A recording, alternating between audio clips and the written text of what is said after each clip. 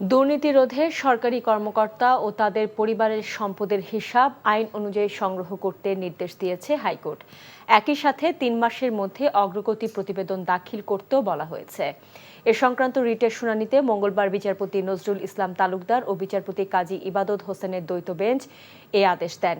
এর আগে সোমবার সরকারি কর্মকর্তা কর্মচারীদের সম্পদের হিসেব আইন অনুযায়ী দাখিল এবং ওয়েবসাইটে প্রকাশের নির্দেশনা চেয়ে হাইকোর্টে রিট করেন সুপ্রিম কোর্টের আইনজীবী সুবীর নন্দী দাস। আজ শুনানিতে আদালত বলেন, দুর্নীতি সুশাসনের অন্তরায় সব শ্রেণী পেশার মানুষকে ঐক্যবদ্ধভাবে দুর্নীতির বিরুদ্ধে আন্দোলন গড়ে তুলতে হবে।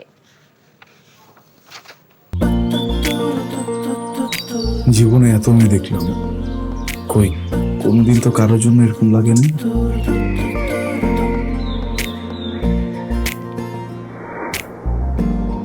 কে এটা? এত মায়া। কেমন আছেন আঙ্কেল?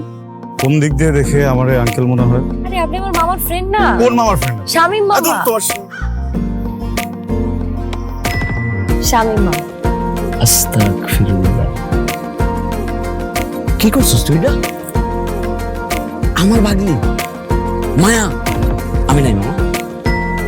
Thank you uncle. এই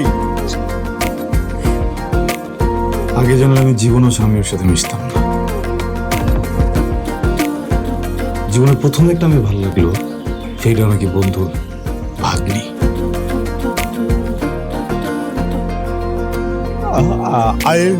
I love you. এভাবে শুরু হোক আমাদের গল্পটা। আপনি আমার মামার বন্ধু, মানে আপনি আমার মামা। মামা জানি কোথাকার। এই ফুলটা নিয়ে যাও। এভাবে শুরু হোক আমাদের গল্পটা। বাবাজান, আমার বোন আপনার ভাগ্নি, এটাই বাস্তবতা। এই বাস্তবতা মানি না, তাহলে আমি ওর সাথে বন্ধুত্ব রাখবো না। কিরে তুই খারার উপরে পল্টি লয়ে লাইতেছ? জুতা দে মুতরে। হ্যাঁ, জুতাও তো লাগবে এক জোড়া, তাহলে একটু বাড়াই দিও। হারামজাদা খারাপ।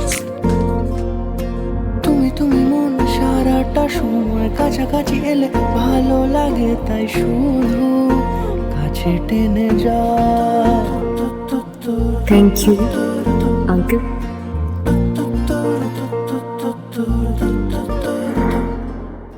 এখন জন্ম সনদ দিয়ে খোলো বিকাশ স্টুডেন্ট অ্যাকাউন্ট। নিজের বিকাশ নিজে কর।